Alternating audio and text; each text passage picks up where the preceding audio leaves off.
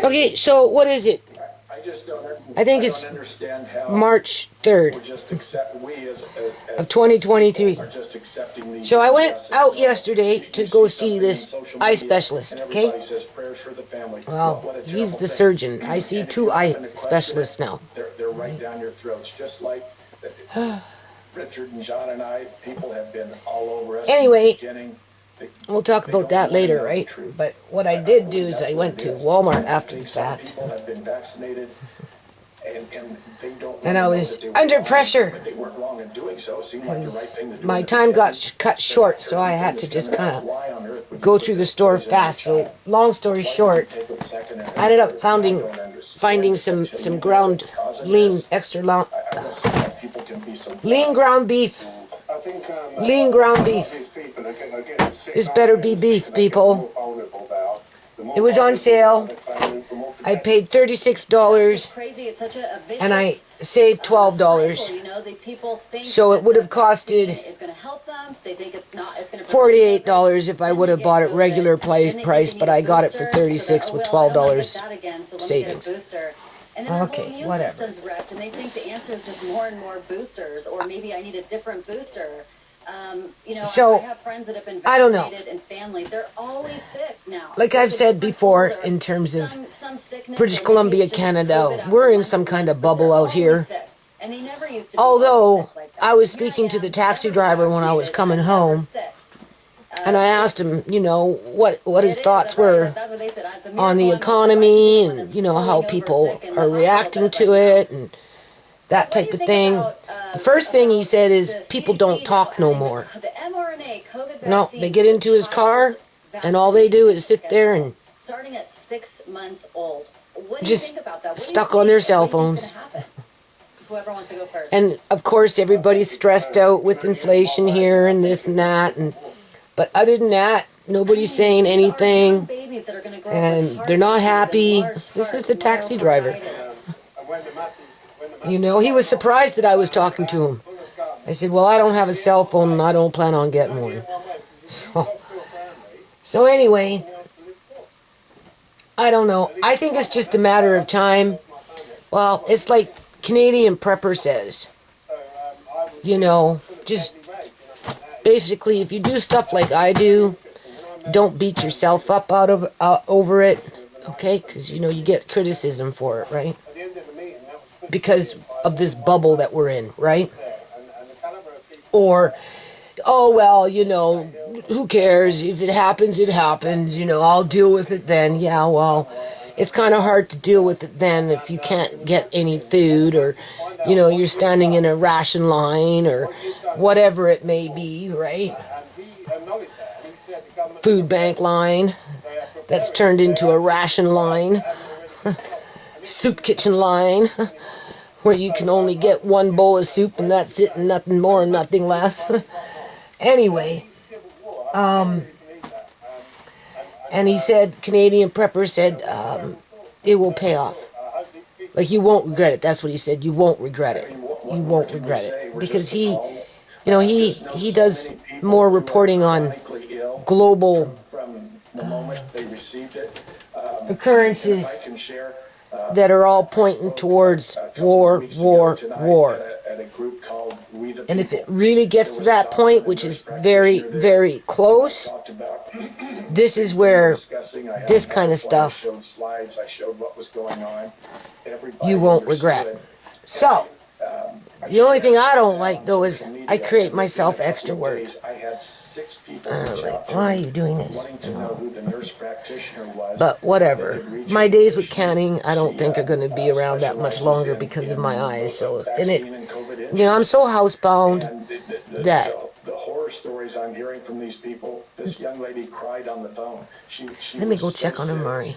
She was forced to be vaccinated. The small company she worked for, they forced all the employees. Now listen to this. They forced all the employees to be vaccinated. They all became sick. There was only 7 of them. And the owner, who was away from the business itself, told them if they shared that they were sick from the vaccine, if they talked about it, they would be fired. That's so criminal. It's like everybody has a gag order on them. It is. Okay. And I could go on and on with stories like that of people reaching out to me wanting to know. These are think that embalmers what's happened to me is because of the in vaccine. the That's UK not and places like that I'm sharing what we're seeing. that are I just try to hook them up with speaking the right out people. about what's There's a happening nurse to people's practitioner bloods. Even the unvaccinated, apparently, because we're coming into contact with those people that are shedding. Wow.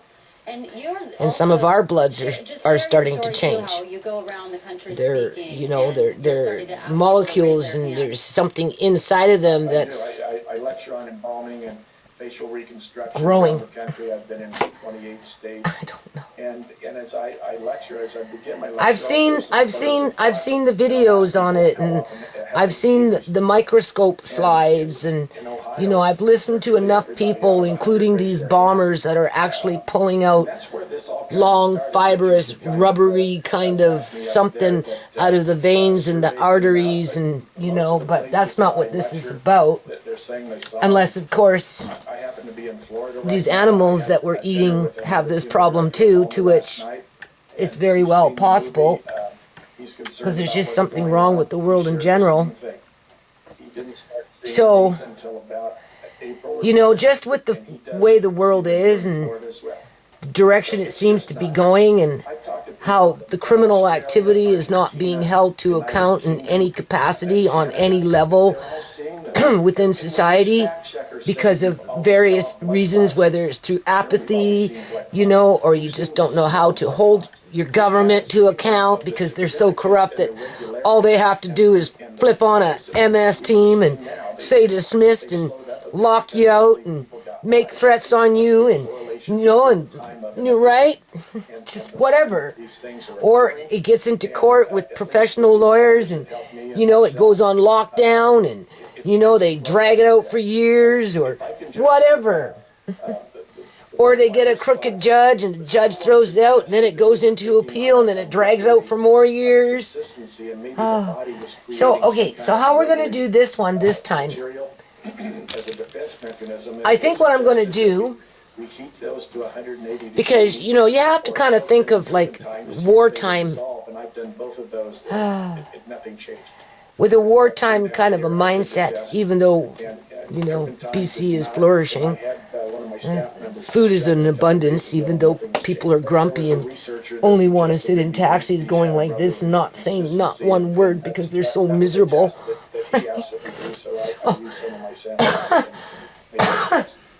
Interesting.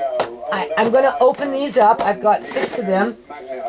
I'm going to try and space them out between 2 of these trays, which are fairly wide, right? They're not magnetic either. I'm going to only use, So well, weird. But they're like long calamari. They're white. I'm debating color. whether I They're should. not typical blood clots.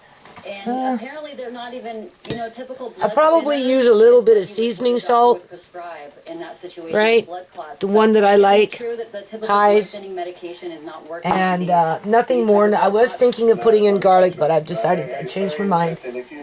And I'm going to bake it so that it releases its juices, releases the fat. And then after that fat, I'm going to drain it, and then I'm going to put the juice with the fat into the fridge so the fat rises to the surface, juice stays on the bottom. And then it's the juice Crazy, it just stays like I'm gonna stuck up in there. use It's weird for the actual canning consistency of the remaining And beef after it's the not fat, which will be working with in the fridge as well, traditional right? medications. It's so interesting, like where does So- it come from? How fast does it grow? And then the fat, It's I'll clearly skim it off, affecting people, and then I'll heat it up, and I'll put it in a energetically, jar, you know, and then I'll freeze physically. it. Let's talk And then about this how way, you don't the lose process anything. of And if we were in embalming, war, you guys have talked about how where when we these were white facing blood food clots or rations fibrous structures or are in them, of it any can- kind, the whether embalming process you're only even, allowed like, to it's buy hard 2 to tomatoes, put extra 2 holes in the peppers, or body. 1 cucumber at the grocery store like in the UK, right? And places like that, then yeah, you're going to want this, what I'm doing here. Okay. Now, you know how hamburger can get broken up into very small little pieces, okay? Now, I'm not looking to make hamburger meatballs because I've already done that once in the past with applesauce and chickpea flour as a binding agent to hold the meatballs, okay? Which worked out really well, all right? Only this time, I'm not in the mood to be making meatballs, but I don't want the hamburger breaking up. This calamari and other types of big golf ball sized traditional jelly cloths. I don't want the hamburger breaking up into little teeny weeny bits and pieces. So when I put it in the tray, little bit of seasoning salt, I cut myself a bit of apple, making myself a little bit of an applesauce, right? You know, 2 medium-sized apples, I'm talking. And I'm going to divide it between the 2 trays, mix it in, right, with a little bit of chickpea flour, mix it in, right, and then flatten it out, right, bake it, and as it's baking, take a knife, run a knife through it, you know, just whatever to break it up so that, you know, the heat, just everything gets nice, right? Pretty much fully cook it, okay? I'm not charring it, not burning it, not crisping it up, but I kind of want it cooked because I want to cook out all that fat for the most part, right? And once that's done, let it cool. Take out those chunks of meat which will be binded together because of the applesauce and the chickpea, right? Basically put it into the fridge, right? Let it, you know, until I'm ready, because I have to let the juice settle and the fat rise and get hard so I can skim it. So I'll probably can this tomorrow.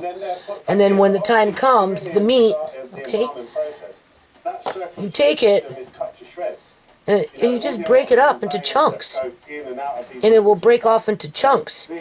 And then when it goes through the pressure canner with the heat going through it, it's not going to disintegrate. It's going to hold their chunks to some degree, because of the apple and the chickpea. If it can do it with meatballs, it can do it with this as well. So that when you open up your jar and you go to cook it, it's coming out, you know, in little chunks, right?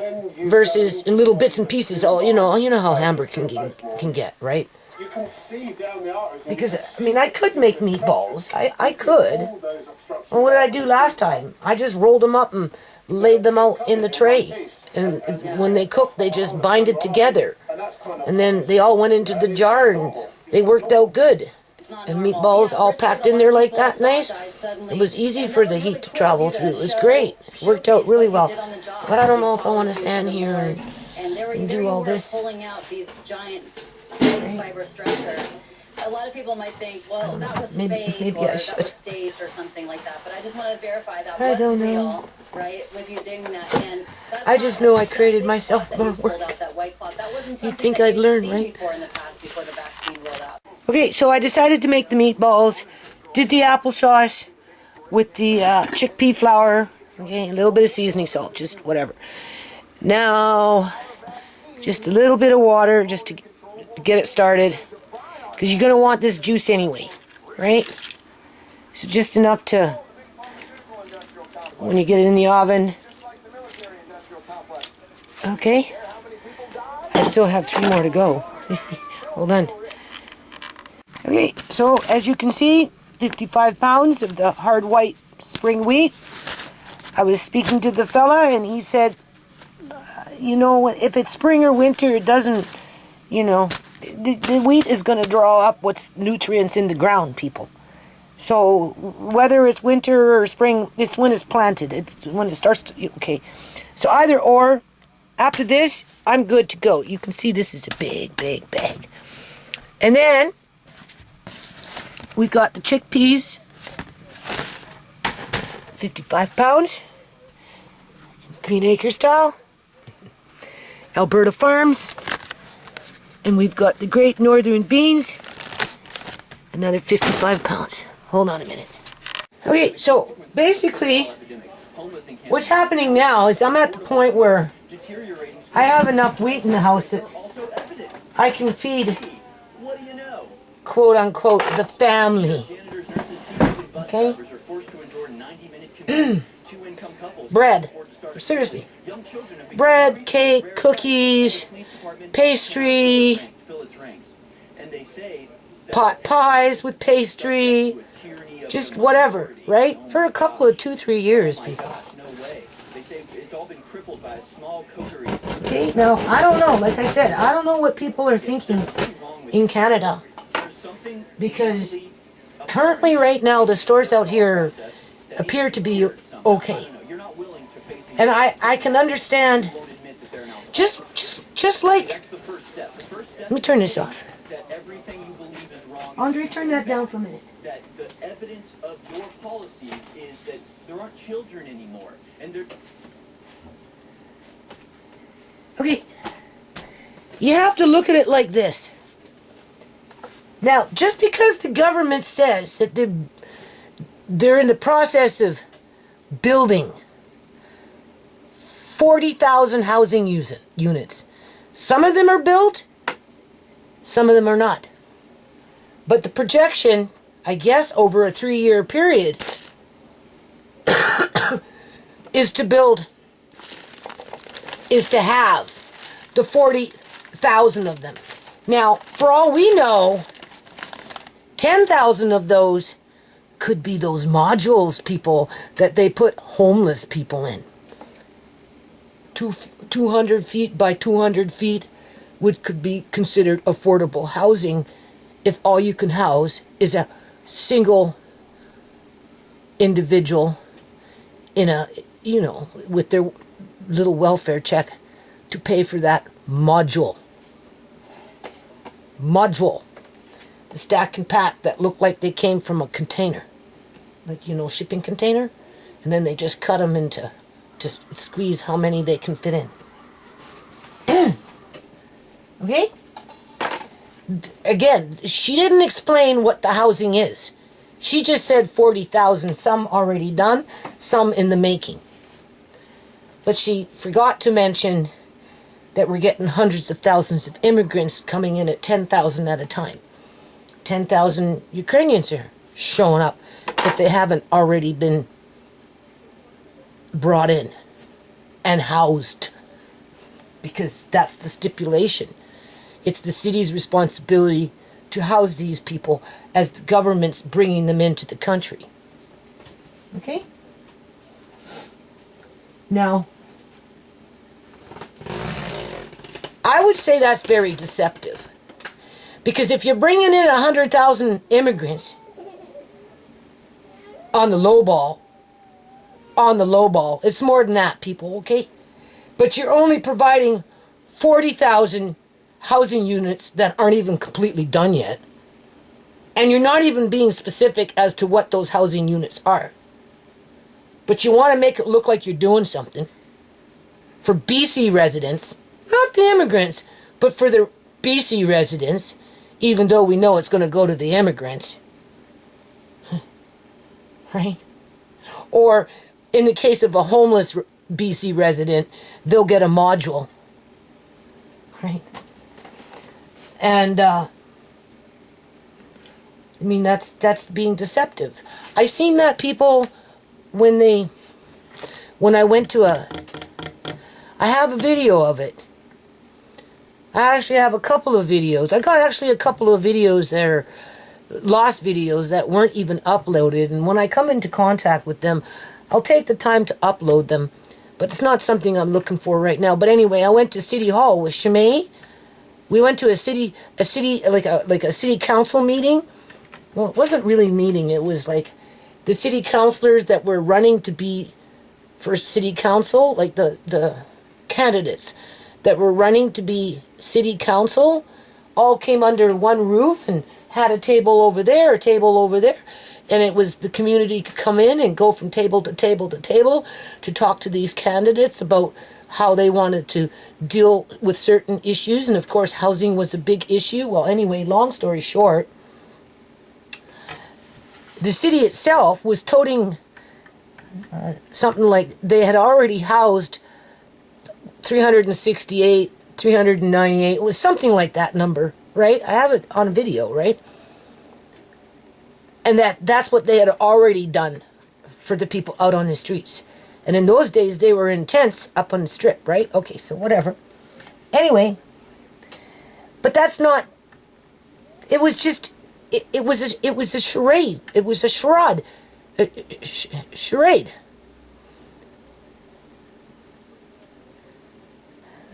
Farage? Anyway, because with that number, we'll just say 368, and they called them permanent housing, that they had already accomplished to get 368 people off the streets, or they accomplished 368 housing units, or whatever it was. Well, and that, that was their, success story, right? Well, it wasn't. It was a lie, people, because a lot of that housing came from the Dell Hotel that was slated to be tore down. But they included those numbers to make it sound like it was permanent housing, when in fact it was only temporary. And soon after that, sure enough, they kicked everybody back out onto the streets, because that's the only place that they had to go. Don't forget, Sierra never got not even a module, people. Okay? And they tore down the Dell Hotel. And it had something like, I can't remember how many rooms it had in it, but it had a lot of rooms where a lot of people were actually living in that hotel, and that was the only housing that they had.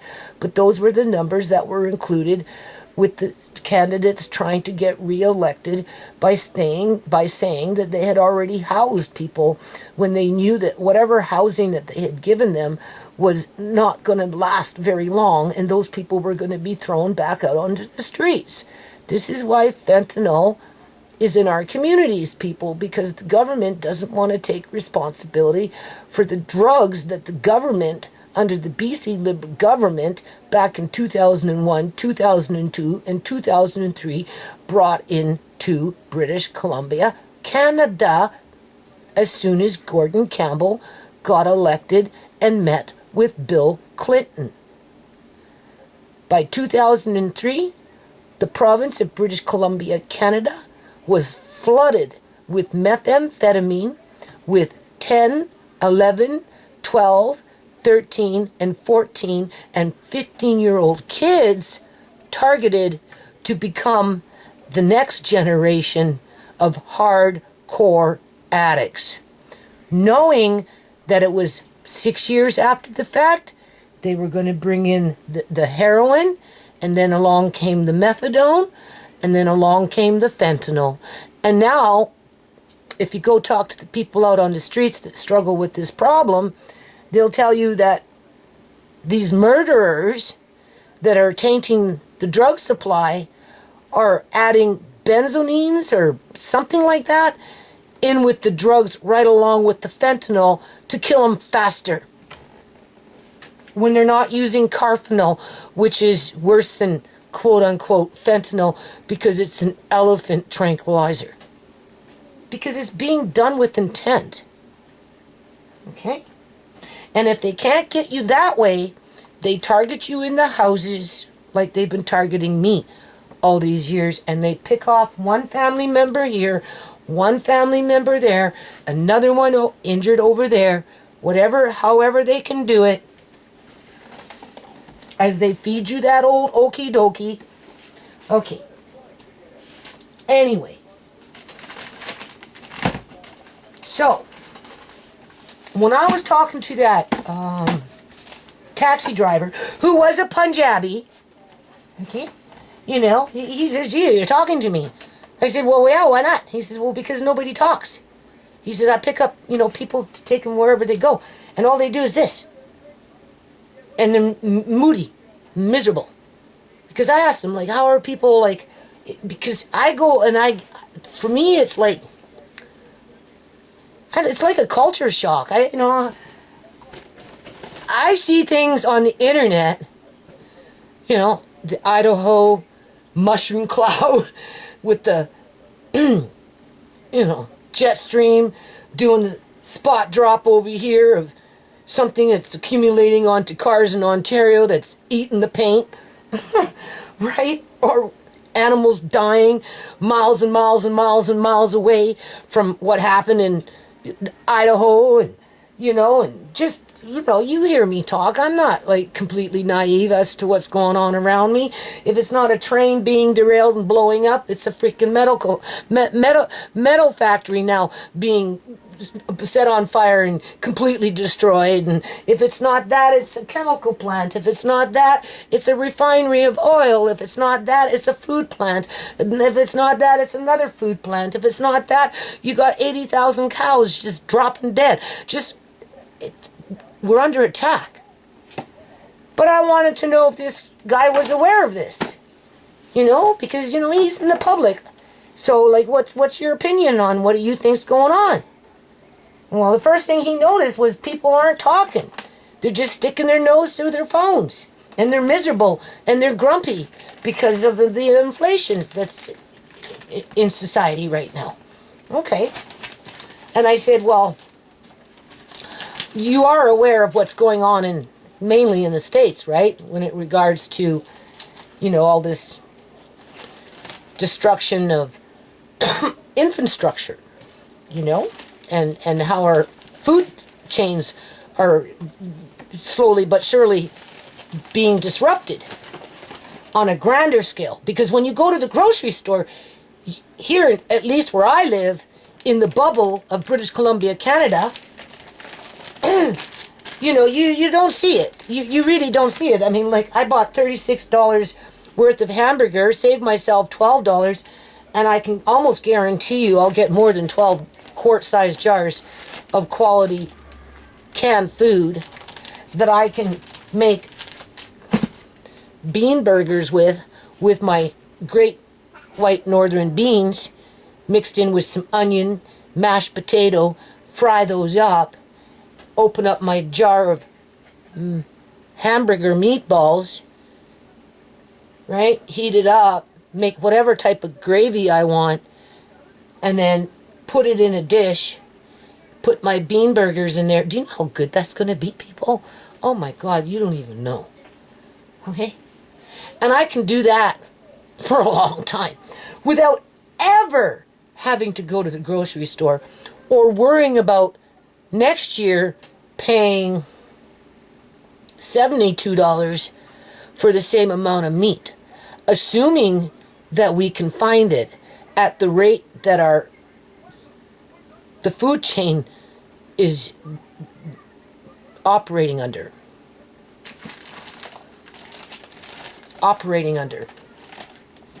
Okay? Because whatever's happening in the States, a lot of that food gets shipped over here, people. Okay?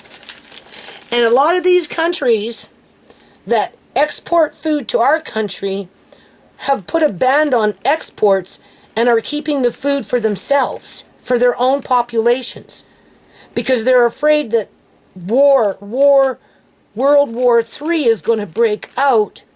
And if that should happen, everybody in every country is going to go on lockdown. And then that's when they're going to start rationing things, to which in the UK they already are, starting with vegetables.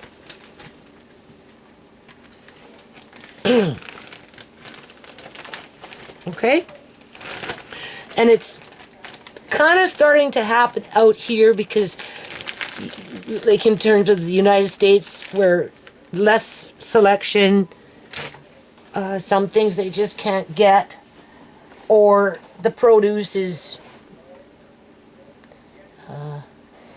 wilted and not at optimum quality.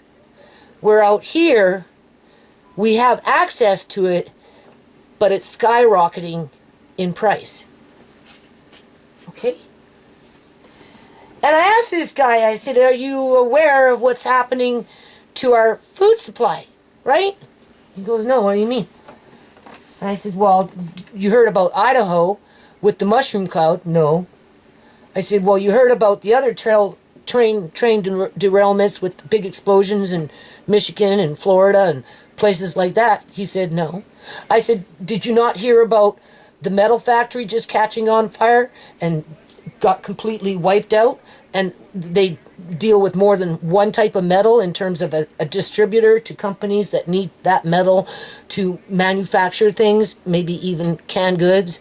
He said no. And I'm like, well, yeah, there you go.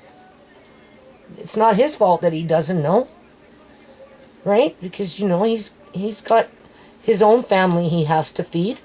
So he's, you know, it's not like he can listen to this stuff when he's driving a taxi. Nobody's talking to him because they're all looking at their cell phones, and chances are they're burying themselves in their cell phones because they don't want to know. You know, they're ignoring it, right? They might catch wind of it, but they don't want to acknowledge that it might get worse. And then when they go to the grocery store and they see that, oh, I can buy hamburger on sale, right? Somehow it makes it okay for them to pretend that nothing is happening in terms of where in a year or two or three, that's when the government's going to come and say, you can't feed your kids because the cost of food is so expensive, assuming that you can even find it, right? Because the supply chain's been cut in half. Well, we got an alternative for you. We invested in 2023 into a school meal program. Aren't we nice? Sign them up to that. What's the parents going to do? They're going to do it, people. And that's how they're going to bring in the bugs. That's how they're going to bring in the bugs. That's the only reason they're doing what they're doing. And of course, if you tell that to somebody, they'll be like, no, government wouldn't do that. Even though all you have to do is scroll down TikTok or wherever these people look at when they're on their cell phones, Twitter, and they'll come across teachers, those kind of things, sitting in class eating crickets. But yet they're not going to bring it into a school meal program. The crickets are just for snacks.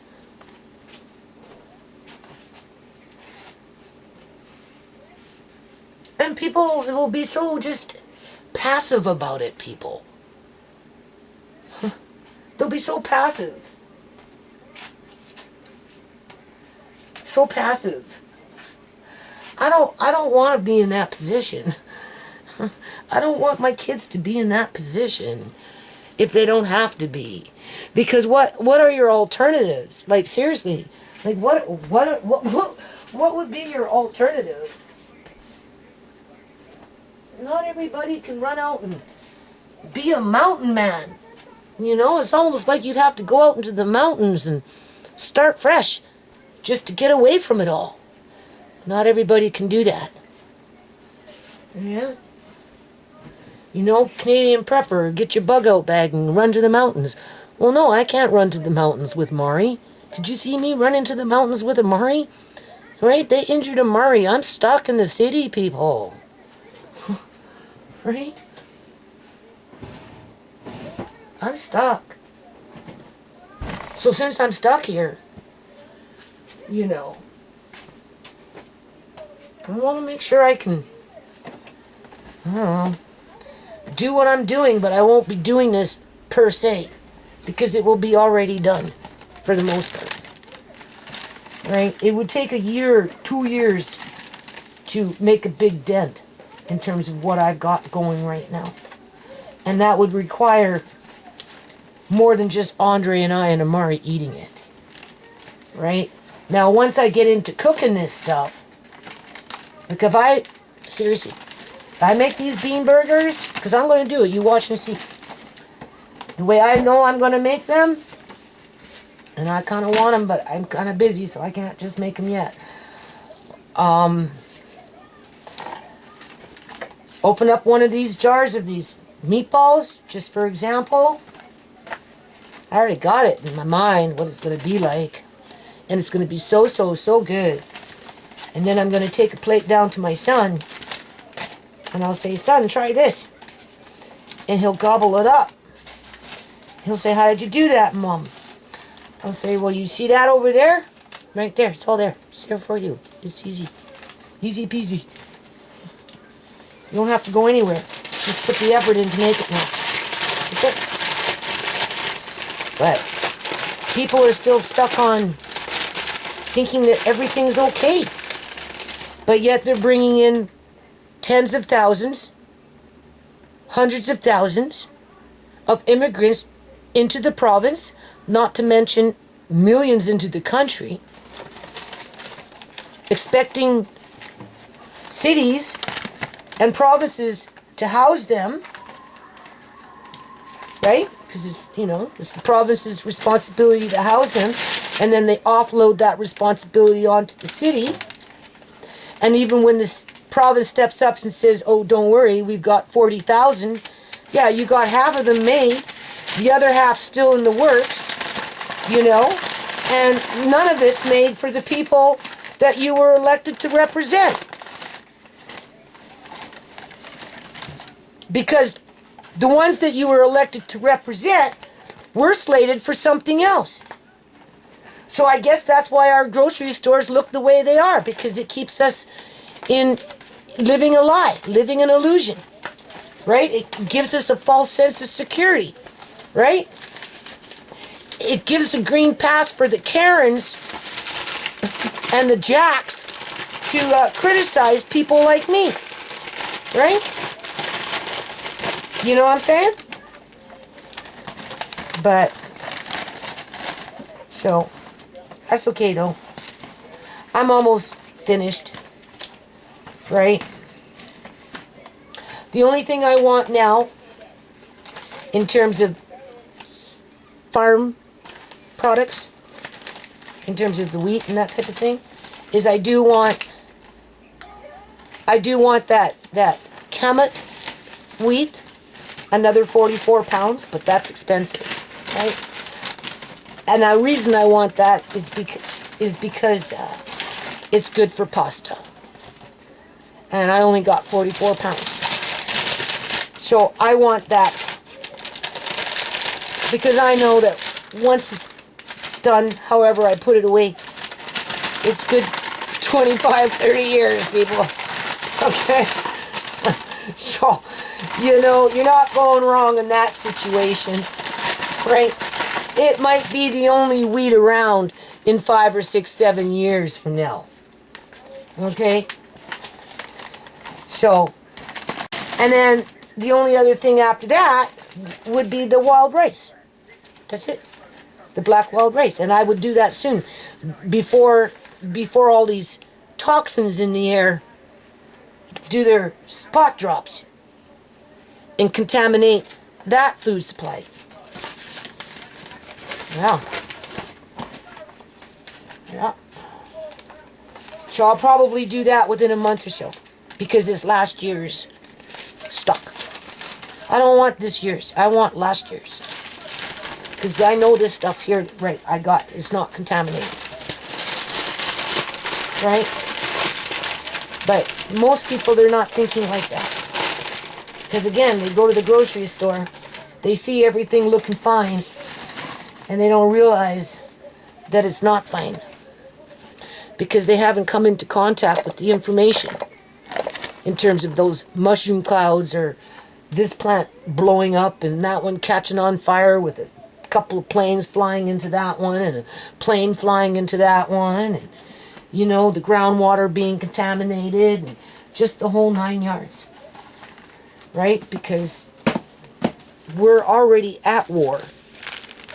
And right now they're just taking out the infrastructure little by little, and they're terraforming the planet to suit their physiological needs, because this is something that's not necessarily 100% human that's doing this. And they're conditioning our bodies more so now, and I do believe this, to be a food source for them, because they've been feeding on us Okay. What do you want? What you cooking in a pot? I'm using this. I have another batch meatballs I have to make. I'm canning them. Yeah.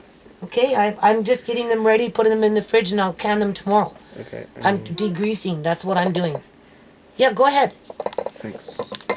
Okay. There's a Kit Kat. Sure. Kat in there for you. Thanks. Yeah. And if they're not consuming us, they're wearing our skins. Guess you call them skinwalkers. Yeah. And those are the ones that come out with the electrodes in the hair, with completely white face. Like that coroner, when they had Sierra behind that closed door. I'm serious. Only so many reasons you're going to have electrodes in your hair with a completely white face that doesn't pick up any kind of exposure under any kind of circumstance, because there's nothing to fucking pick up.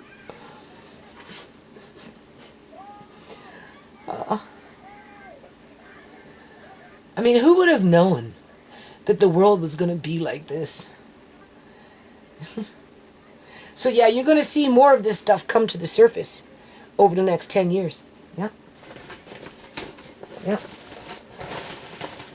Okay, I gotta get on with filling up these bags because I gotta fill up my buckets because I want to get them downstairs, and I've got another batch of meatballs I have to make after I let these ones cool, get the liquid so it can separate, get it in the fridge, and then do another batch, and then tomorrow I'm going to can them.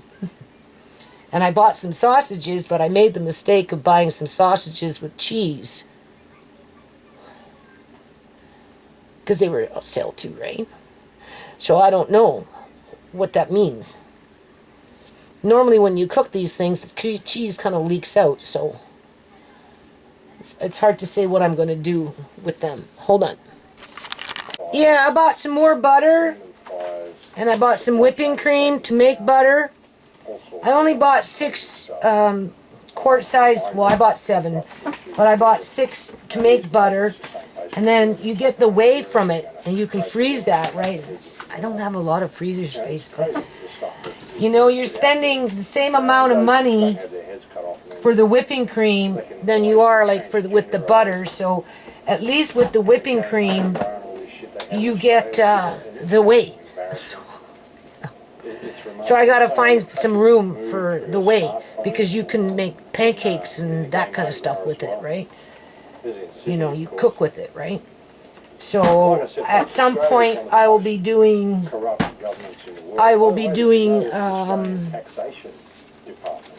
whipping cream, making butter, and then I'm going to can the butter, freeze the whey, plus I've got, I don't know, probably about another 12 more pounds of butter to do 1 more case of butter. I'm canning butter.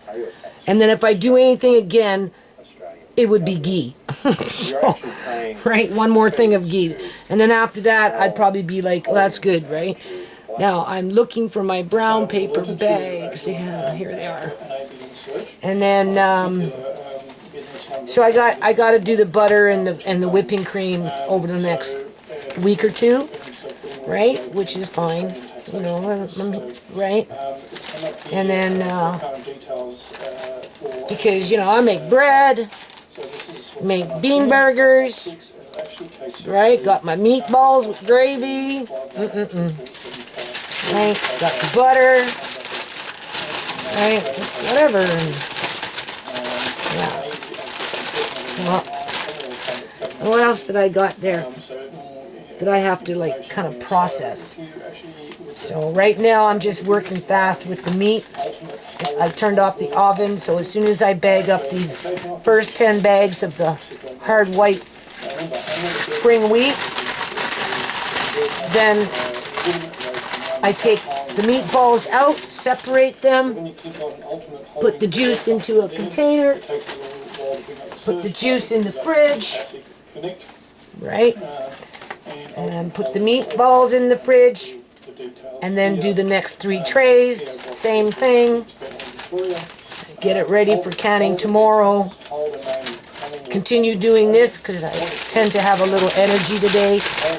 So I'll finish probably this bag of wheat, and then I'll get into the Great Northern beans, to which I'll probably do them this way, and I'll probably do the chickpeas this way, right? The only thing is I'm running out of this stuff. When you do it this way, you go through this stuff really fast.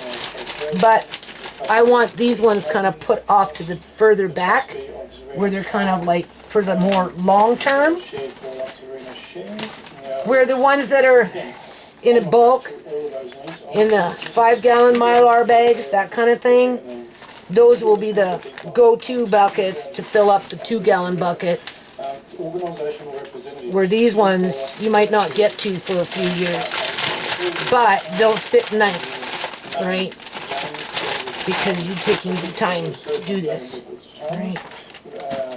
And I don't have to worry. I'm not ordering next year. This year coming up, nothing. Probably nothing. Not unless my fellas can tell me that it's last year's product. Right? And you see, that's the thing. Over the next couple of years, with the way things are going, these things are going to become less and less. And what's going on here? Oh wow, isn't that just interesting? See how blind I am? Jeez. Right. People will be paying $10 for a loaf of bread, and I'll be paying 50 cents. Huh? Well, maybe more than 50 cents, but I can make a lot of bread, people. Oh yeah. So, Crazy times, folks. Really but crazy now I created myself It'll be so work, good to be able to just come on to TV, but it's a good kind of work, report some happy information. and it's the tail end of it. The So, world's just going, and then after that, just you continue know, to obviously go. get out in the yard, right? You know, every time you turn, And your do back that to stuff something out like there. that, it seems to go more nuts. And because the weather's changing soon, so Big changes here. I'll get out in the yard and I'll work in the yard and That I acquired, I'm going to close that bar at the end of this month.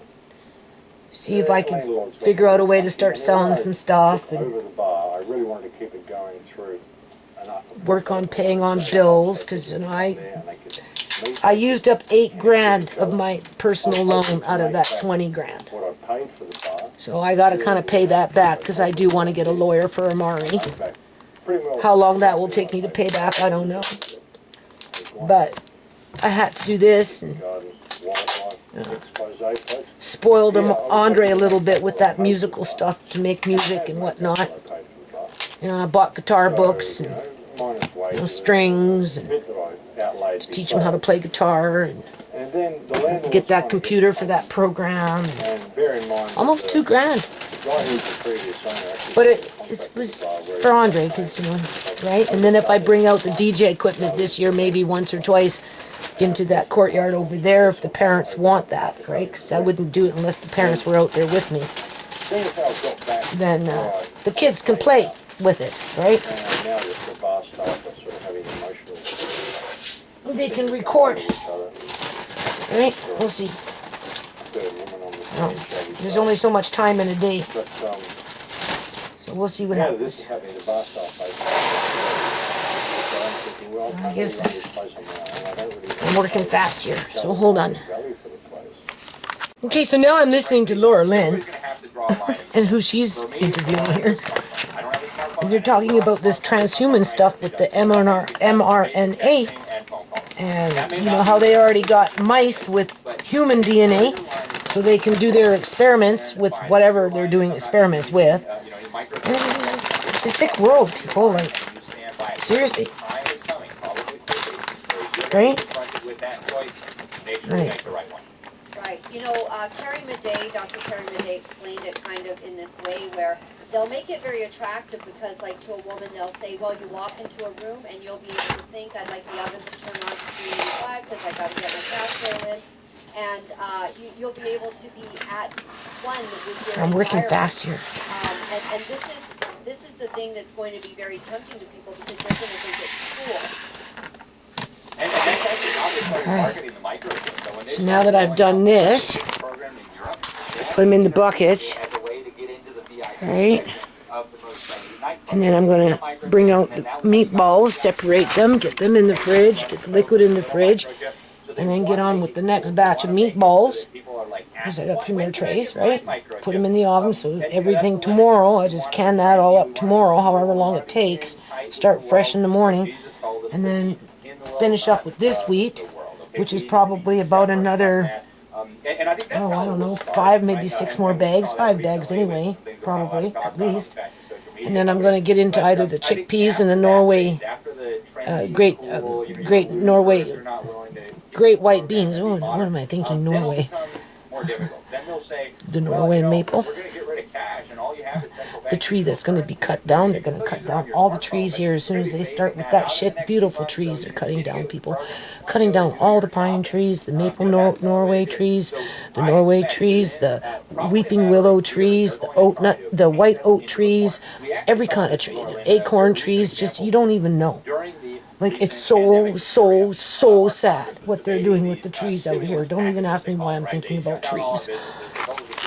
These meatballs Alex Newman, are so good. come on here and tell the truth about the world. You like the ability to just be able to hear perspectives and courageous perspectives. I'm just letting know. All right, I'm walking a fine line every Juice day and the when grease. I'm There's not a here, lot I'm there. walking a fine line of Because it was lean, right? you know, And plus it sat in the oven for probably an hour. There's nice and warm right getting, now. you know, knocked off. Andre, if you want a couple of meatballs, you can come grab them now. They're really good. Making a donation. Do you want to be like, you know, a monthly partner? That'd be great. A one-time donation. So good. I would have got up. Grab one and take a bite and then tell everybody what you think of it. Get a big one. No, get a big one. I mean, they're the same meat, but get a big one. This is what I do know. every day to bring you valuable information. And I've got a whole lot Go tell them. So we're going Stand here and look at them in the mirror and say, to Rumble. JT has put the description into the chat lines of the good. places that we're all on. That's So delicious. suddenly go get our different feeds. Just then like you can we add want us you on to head spaghetti. over there. Okay? Well, we can have them with a lot of And things. we'll see you Do there. you want a Thank couple so of more? much for your support. That's fine, because I'm going to be making, this is, grab a bowl and take what you want. Do e-transfers. So when you're ready there, JT. Because they sat in the oven, they got a little I will crispy, say but not that, much. you But know, that's okay, because kind it's going to of, go in when water people are anyway. mad at me, they're mad at me, and they've this got all is this so good. old information about Joanne Meny and the People's Party of Canada. I'm sorry, that was so debunked. Joanne Meny was never a Soros supporter. I'm just grinning. She was I just turned the pan on an who had angle to like go to this. Conventions. Right. You know, it's kind of like where Pretty you know, good stuff, you have eh? booths set up and all of that. I don't even know. Somebody's at the door. Anyway, people are saying old stuff. They're saying that I don't know. Maxime Bernier is a globalist. Absolutely not. What are you talking about? Read his Twitter. Read what he's been saying. How he's been on the right side of so many things. Consider that he wants government for the people. So when we all say Yeah, I we guess have for a little no while. choice but to vote in yet another episode of the corrupt CPC, and I'm sorry, every part of our government friend. is corrupt. All of the elected parties. They are within themselves. There This is going to be so cancer good. because they When you figured make out those, how to use the system, and it's not great white about beans, people anymore. patties with the onion and the They know potato, it's on. and then you fry them up, I gotta show you this amazing. and you open video. that up, The and Pfizer make yourself a bit of documents gravy, show and heat up your miscarriage meatballs, women and, in their first you don't trimester even know. is around the and then a little bit of some kind of vegetable on the side. Oh, This is shocking. And I understand. no regrets that buying this, even though I'm having to do this. Miscarriage rates that are coming out in the Pfizer documents. This is where Canadian Prepper are says, right around 80 to 82%. you're not going to regret They know what you're that doing. better than me. I have to remind myself of that. Could you Pretty say good that stuff, again? eh? I didn't quite catch that. Yeah, so I am. Okay, so tastes like beef, looks like beef, smells like beef, so it must be beef. So you see, the grease is already starting to separate from what I can tell, right? And just let it drain out a bit more. And then these ones are going to go in the fridge. And I'm not even going to wash the trays. I'm just going to do a second batch. Put them in the fridge. Put this in the fridge after the fact. And then see what we get for gelatin. Remove the grease. And then just warm up the gelatin. Spread it between the jars. And then more than likely I will just fill up the jars with water because I don't have broth. Or I might make a broth with just a beef bouillon or something, you know, just we'll see. These are so good. You don't even know. Like so good, man. So, I'm amazed. I didn't know that a tomato plant could live like this. It just keeps on producing, and look, this is getting bigger. See, different, it's bigger. This one's coming in not too bad either, and it's like full of flowers in here. Andre's the daddy bee. Anyway, you can see what I've done here. When I went to the eye doctor, I just popped into some little store that I'm looking, and I can't see very well, right? But they had a whole bunch of plants outside, and I'm looking, I'm like, that looks like lettuce. Anyway, I take it inside. I asked them, I said, is this lettuce? And they said, yes. It was like $3 a container. I thought, what the heck? Because I haven't even started lettuce seeds, right? And then I've got this little light here. So it's on right now. The problem with this, though, is I wasn't very organized when I put this together. This cord goes behind there, all the way behind to the wall, and it's plugged into a power bar. Because this is War Room 1, remember? Behind there is my computer where I wrote Uncle John's lawsuit. And there's all my HTML books and everything. See? HTML. Where is it? When I used to make web pages. I can't see that well. Anyway, I feel sorry for myself, right? So anyway, I'm just going to leave these, and, you know, as I get caught up with this stuff here. Right? Oh, wandering eye. I'm so tired.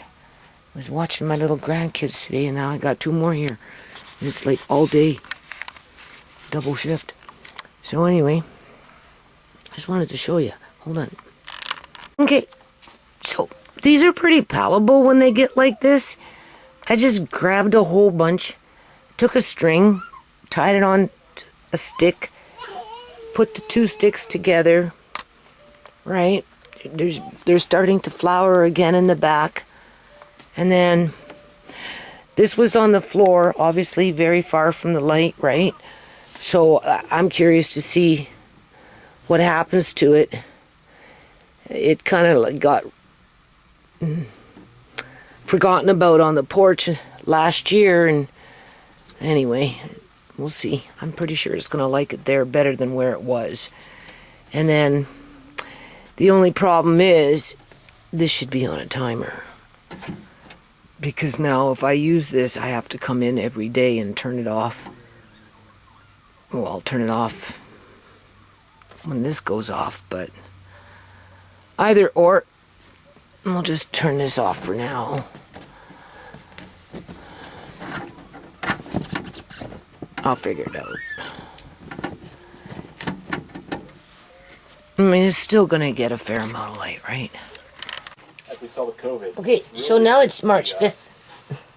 The dissident movement off guard. And that's a problem. At like almost 8 o'clock in the morning. I know I've taken up so much of your time for 2 hours. And I am doing... drag on too long here. But there's a lot we could talk about. And I liked what you were saying about we need to use this key moment to block where we see them going. Finish up this bag of wheat. So I kinda wanted And then I'm going to get into the chickpeas. what should people Probably do them the same way, because I already have a bucket full of chickpeas and just a Mylar bag by itself. And I've got chickpeas and mason jars downstairs. Yeah, no, it's super important. Back in the day. probably 2020 or 2019. To which at some point I'll empty them out of the jars. But right now, I had to send Tisha off to buy me jars so that I can do this honey when this honey comes, right? But I'm not doing the honey until I get caught up with this stuff a little bit. And then I have this hamburger I have to can, so I would have preferred wide mouth jars, but I don't have time to go downstairs and empty jars. And where she went looking to buy jars, they didn't have that size. They had the 1 liter regular mouth, so I'll be canning today the hamburger meatballs that I made in a broth through instant bouillon, right? And I'll use that as a broth to can. Andre's been eating big bowls of hamburger meatballs. He's been loving it. And then I have a bit of sausage there that I'd like to can in one or two jars, but I forgot. You're technically not supposed to can cheese, right? But if I cook out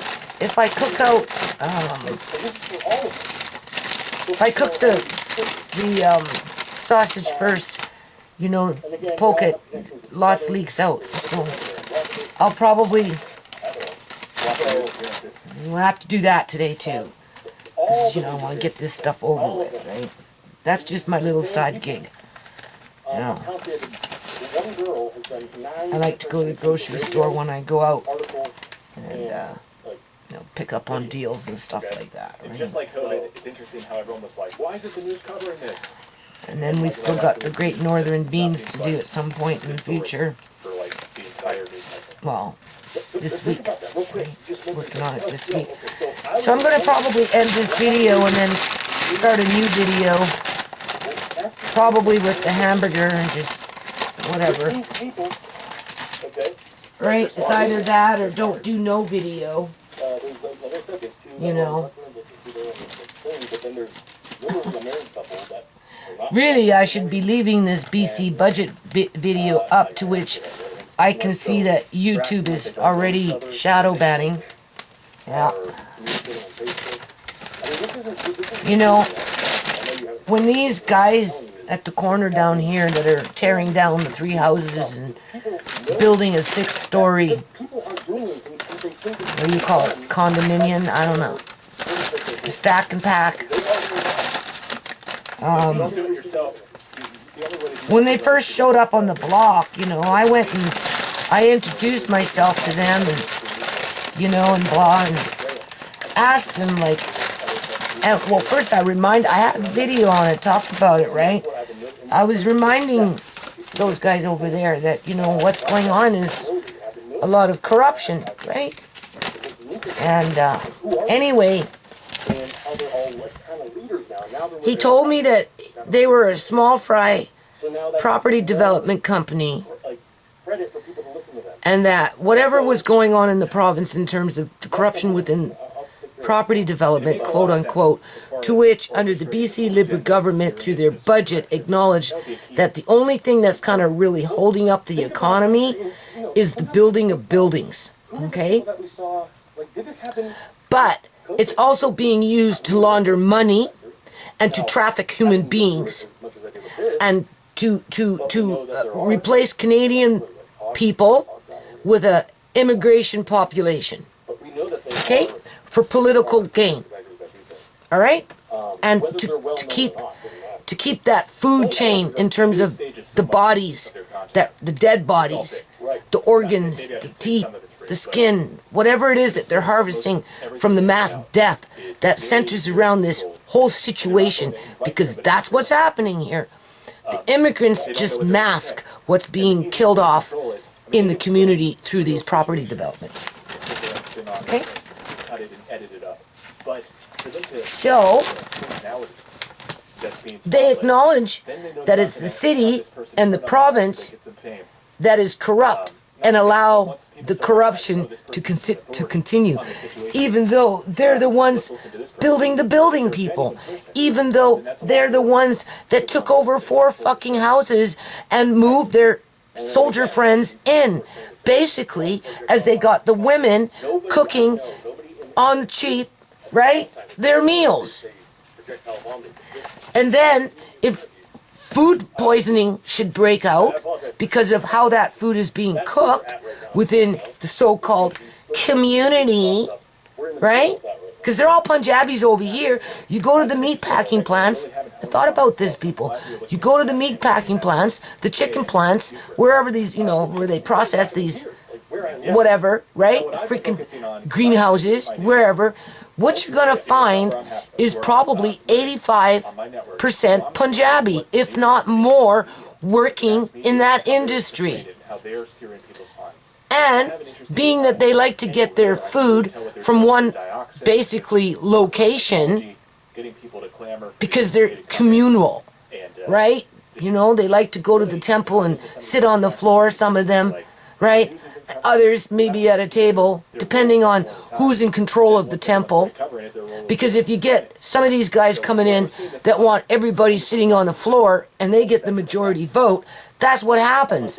Everybody sits on the floor and then they get an uprising in the temple with them battling between themselves to have the right to sit at a freaking table. The point is they're all sitting in the temple eating the same food. Well, it's no different when you take it outside the community, people, right? So if a foodborne illness should happen to break out, right? Get the people in the freaking meat processing plant infected with that foodborne illness. Get, you know, that you know, in the greenhouse and in the berry fields and, you know, and wherever. Well, they have to look and ask themselves, where are they getting their food from? How is it being catered in? Where is it being made? Okay? And because it's large numbers getting sick at one time from a bacteria, a pathogen, the government just going to come and say, oh no, it was COVID. And, you know, just shut down the whole plant and bring in the plexiglasses and cut the workforce to half and, you know, and blah, and just blah. Right? They write the stories, and then same thing like in schools. Kids get the puking flu, right? It runs through schools like wildfire because it's a freaking bacteria. You get the puking flu, the 24-hour flu, you know, whatever, 48-hour flu, where you're puking, right? The only way you can stop it is to completely empty out your stomach. Don't eat nothing, don't drink nothing other than little teeny-weeny sips of ginger ale. And when you start feeling better, after you flushed out your gut, then you can nibble on a little bit of dry toast. Okay, otherwise you're never going to get rid of it. You're going to be puking all the freaking time. And because it's a bacteria, it gets passed around and it goes through schools like wildfire. But no, it's just an opportunity for the government to say that everybody got a virus. Yeah, okay. Now think about it, people. Just using these as examples, right? The point is, these guys are sitting up here saying, oh no, you know, we're aware of the corruption, but it's the city that allows it to happen. It's the province that allows it to happen, but they're the first ones in line trying to make it happen. They are saying, okay? Put it on this website, and because I've found Chinese articles that have the people that are... So, you know, when my time comes to be kicked out of this house, literally, people, literally, it's just a matter of time, okay? Because they're gonna want to tear it down. That's why they don't freaking fix it. If I put a video in there, just like this conversation. And the new owner, when they buy it, will have the same kind of freaking attitude because it won't be bought to keep it. It will be bought so that they can tear it down and utilize the land to build another 7-story, 6-story, 8-story building to complement the one that's over there, the one that leaks over there, the one that's over there with its lights blaring on 24/7. Plus, apparently, it's got his freaking fire alarms ringing all the time over there at this one. Andre says he's always hearing fire alarms going off in that building. The one with every light in every window. This one, almost every window is in the dark. And they're building more. And they're planning to build here, build there, build. And then what they do is they'll buy the land, they'll tear down all the houses because it starts to look ugly. You see, that's the thing. And there's no green space. So what they'll do is they'll build those ones over there, right? Somebody will come and buy these ones. They'll tear them all down, kick me out, give me some, right? Whatever. They don't care where you fucking go. They'll tell you it's the government's responsibility to look after you if you're so damn disabled with these kids, right? You know, it's not my responsibility. It's because my landlady already told me that. Well, it's the government's responsibility to house you. I said, I'm not going into no subsidized housing, as if I could live in a subsidized housing with my situation by myself. Yeah, you'd like that, to isolate me from my remaining kids that I have left, right? Easier to pick me off when I'm sitting up in some who knows what. I'm just saying, people. China, France, Italy. Right? Because that's what people are faced with. Right? They're living in a basement suite. They've been there for 15 years, 10 years, 20 years, 5 years, however long. Landlord comes, says, that's it, get out. Right? We don't care where you go. If you're that poor, go take it up with the government. Go get yourself a module through their, 40,000 unit subsidized housing. Because that's just what you're going to get is a module. If you don't die in the suite before they kick you fucking out. Okay? People dying all over the place in their suites. I wonder why. Easier to get rid of them. That's why, people. So, if this guy over here is saying it's the city and the province, okay, well, then who do I take to court when the time comes? Right? Even in fucking thought, even if I could never do it because I'm so blind, right? And so cornered, and whatever, hooked up to life support, who knows? At least in thought, who would I take to court? The city? The city is allowing it, but then listen to the BC budget, right? And what they prop it up. Well, if it wasn't for the housing boom, we wouldn't have a surplus to be able to give back to the poor people, to make the middle class mad at us, so that they treat us even worse than shit. Well, it's your fault that I have to do this and I have to do that because the government's giving you an extra $400 a year. Yeah, okay. Well, you raise your rent $2,000 a month on top of what the last tenant was already paying. I paid $1,950, I leave, they get $4,000 or more. And you know it's more because of the amenities that they advertise. Sheds, more than one. Gardens, more than one. Greenhouses, more than one. All to be torn down. All to be torn down. And after that shit's done, what they'll do is they'll tear down all these ones and then they'll fence it off and they'll make it a little green space for a while to make it look like the neighborhood is fucking green. As they plot and scheme to tear down more houses over there so they can build over there. That property over there sat empty, barren, for 10 years. The homeless people moved in. 2 people were shot, right? I heard the shots, didn't know. I wanted to call the cops. I should have, because 2 people got murdered in that field that sat empty for the 10 years that I lived here. It sat empty before then, and now it's got some ugly-looking building that blares its lights 24/7 with the fire alarm going off all the time. Go figure. Right? So who's responsible? This guy? He already admits that there's corruption. Right? He obviously agrees with it because he participates in it, but he won't take no responsibility because he blames it on the city for allowing him to do it. Well, the city is looking to the province for direction, saying, well, obviously the provincial budget depends on us to do it in order to, bring in those tax dollars. Not to mention fueling that underground economy with the dead bodies that result from it, people. And the trafficking of vulnerable human beings that get left out onto the fucking streets for these morbid individuals in the community to take advantage of them. I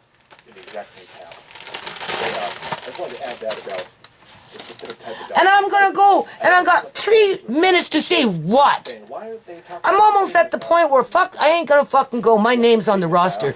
You look me up. Could be any of these. For what it's worth. For what it's worth. You know? But, I don't know. But I don't even want to Because I'll get there and I'll get tongue-tied. that changes everything. And it won't come out right. I won't be able to say what's most important because so much of it is all important. That's the problem. If I go in there on the attack and accuse them of laundering money, which I want to say, well, first of all, these buildings are being used to launder freaking money so that illegal organ harvesting and other illegal activities can flourish. There's just been a lot of talk, exceeded talk. And my family can stand on that. I have legitimate lawsuits that I filed against that behavior, and you're just fostering it as a city council because you're trying to prop up a fucking failing government on a provincial level. Can you see me talking like that at City Hall? Hell, they'll have security come and grab me and throw me out, and maybe even call the cops and saying I'm being mischievous. Yeah, right. Yeah, right. I'm being mischievous. No, they're the ones that's being mischievous, people. You know? So I'm like, just listen to your grandma. You got the Bible in the house. Yeah, you don't have to read it. You know what's in it, basically. You know, right? It's not like, you know, I got to turn into some kind of zealot here or something. And the Bible's always been in the house, okay? And it makes me think of my grandfather and just all these other things. And, you know, even Pastor Granny, right? Not that her Bible helped her in her time of need, but... You know, she died all by herself because her kids couldn't go in and see her because they weren't inoculated. And Dr. God, Dr. Death, a.k.a. Bonnie Henry, whatever she is to you, said, well, no, you can't go in and see your mother before she dies because you didn't follow my order. Yeah, okay. So Pastor Granny died all by herself with a bunch of morbid fucking people standing around her with no witnesses. It's exactly how I feel about it, people. So I'm like, just don't worry. Do what you can in a day and let Canadian preppers' freaking words ring true. You're not doing it in vain. You're not wasting your time.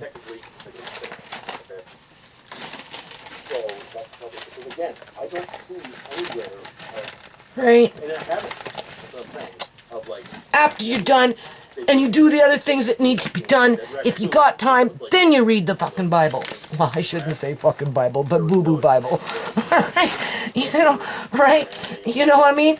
If you're that worried. Otherwise, you gotta face life head on, people. You know, it's like rolling off that freaking mountain. It's an adventure, okay? Rick, for crying out loud, Uncle John put me on a bloody adventure.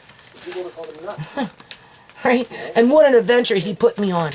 But I feel so sorry for him, people, because I know they murdered him. You know how I know that? Because of the psychological warfare with just the way they do things, okay? It's the fact that when he went into the hospital, it was January 13th of 2015, and when he technically was listed as dead, it was January 12th of 2018. They killed him one day before he went into the hospital. And I can almost say that, well, not almost, I can say that with a definite, because we seen what they did to Joan, his wife, when she was in long-term care, and they didn't want her anymore. They killed her too by cutting off the IV, people. John and I, we just didn't figure it out until after it was all said and done.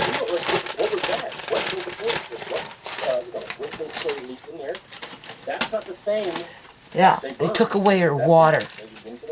And then we know what happened to all those old people when all of a sudden everybody was on lockdown. And now people in the UK are taking those people that instigated that with that milazepam shit that is kind of like a, you know, let me kill you drug, right? In a medical way, right? Well, in the UK, there's a whole lot of people banding together, filing lawsuits about what happened to their loved ones in long-term care. And apparently they have the proof because they went out and got the medical files. Which I don't. I mean, maybe these cars Yeah. are kind of having a reason to believe that's the case. But then there's also Anyway, I don't know what 3 minutes is gonna get me. All I know is this is just a battle. A battle I won't win. Nope. Nope, because the government depends on it. The provincial government freaking depends on it. Without the city doing what the city does, the government couldn't do what it does. Just like this guy couldn't do what the city and the government does through their corruption. They're all corrupted, all three of them, people. And they don't give a shit. You see, that's the thing. Right? Because once you're gone, they forget about you. They don't care who got hurt along the way. As a matter of fact, they come back in and they rub it in your face. And just like John Bernard Duncan died on January 12th of 2018. Yeah, conveniently, one day before he went into the hospital and was medically kidnapped by you bastards for his money. If he would have been broke like Sierra, he would have been ending up out on the streets. It has to do with the chemicals that they set straight into your Yeah. So, body. you know, I try not to think about it, but I have to, because I'm facing homelessness and I don't know how to express this to the city. Because the city doesn't care. The city wants it to happen. Because with that comes dead bodies. Yeah. Or, you know, in terms of like children, right? You know, going into foster care. Because I don't represent just myself, people. I talk about the households that are like mine, facing these situations. So everybody's got their unique story. Right? Everybody has their unique losses. Their unique losses to their family dynamics. Okay? You know what I'm saying? So I think we see where this is going. Okay, so now I'm going to fill up these things. I babysat all day yesterday. From 10 o'clock in the morning, about that time or something like that, around that time, I don't know. 10 or 11, I don't know. It was early, until 6 o'clock with Kyrie, who was just full of energy. Tisha comes in, oh, well, Captain, no, he's tired, he's going to take a nap. And, yeah, okay. No, he played for the whole time he was here. And then, of course, little AMA. And then I had a 45-minute reprieve, and then Rhea came with her two kids because she had something to do, right? And, yeah. So. 11 o'clock at night, I'm like holding a baby. Thinking, how the hell did I raise 5 kids? I just like, because when you get old, right? You know, you don't, especially if you're overworked and, you know, you got issues with your eyes where you can't even freaking see, right? And just whatever, ringing in the ears, that never went away, right? You know, and I'm like, oh, just, it's but I did it, and it was taken away from me for property development. Basically, that's what it boils down to. And for money laundering. And the best way you can launder money is with body parts. Seriously. They make hundreds of thousands of dollars with a body. Multiply that by just how many people are dying in this province, as nobody's really noticing it, because, you know, it's a big cover-up, right? But yet there's more people around because they're bringing in all the immigrants,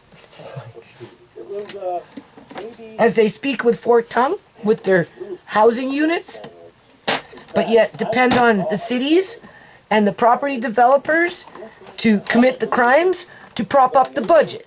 Yeah, that's pretty much it, people. Okay, so I'm just gonna carry on.